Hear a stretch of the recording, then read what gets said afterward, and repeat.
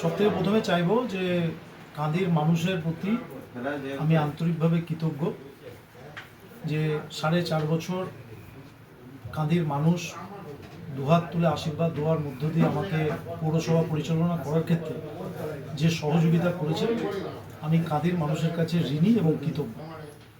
তার পাশাপাশি আজকে রিজাইন করেছি নিশ্চিতভাবে।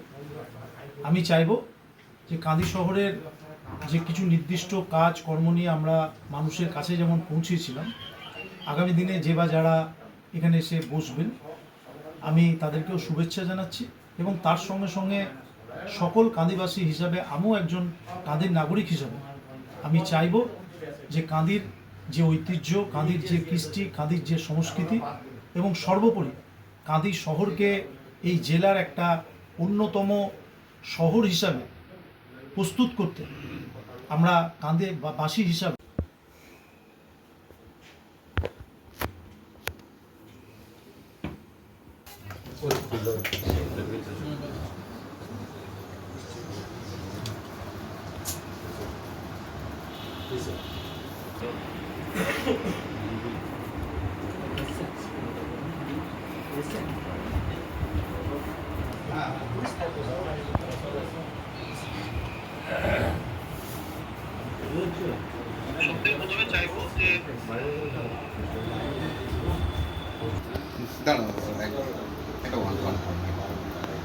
পদত্যাগ করলেন, কি বলবো আর, যেতে তো হবেই।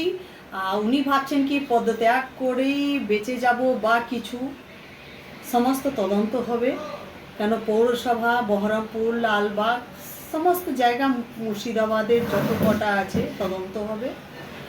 আর আমরা আমাদের মুখ্যমন্ত্রী শ্রী শুভেন্দু অধিকারী মহাশয়ের কাছে, আমাদের মন্ত্রী আমাদের গার্গীদির মারফতে আমরা অগ্নিমিত্রা পাল যিনি পৌরমন্ত্রী আছেন ওনার কাছে আমরা এটা দাবি রাখব, আমাদের গার্গীদির মারফতে 2008 সাল থেকে 2025 সাল অবধি স্পেশাল অডিট করানো হোক কান্দি পৌরসভাতে।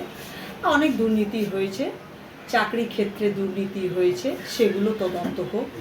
এটা আমরা কান্দি পৌরবাসী তরফ থেকে আমরা এটা আমাদের গার্গীদির কাছে অনুরোধ করি।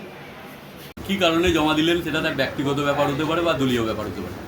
একটি কথা বলবো, যখন তৃণমূলের চেয়ারম্যান ছিলেন তখন যেভাবে নিজেকে ব্যাখ্যায়িত করতেন কান্দির মানুষের সামনে, তাতে মনে হতো যে সততার পুত্র এরা।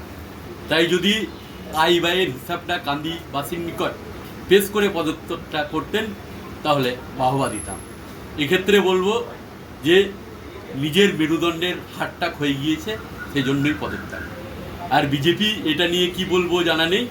কান্দি পৌরসভায় যে দুর্নীতি হয়েছে তার তদন্ত এখনও হয়নি।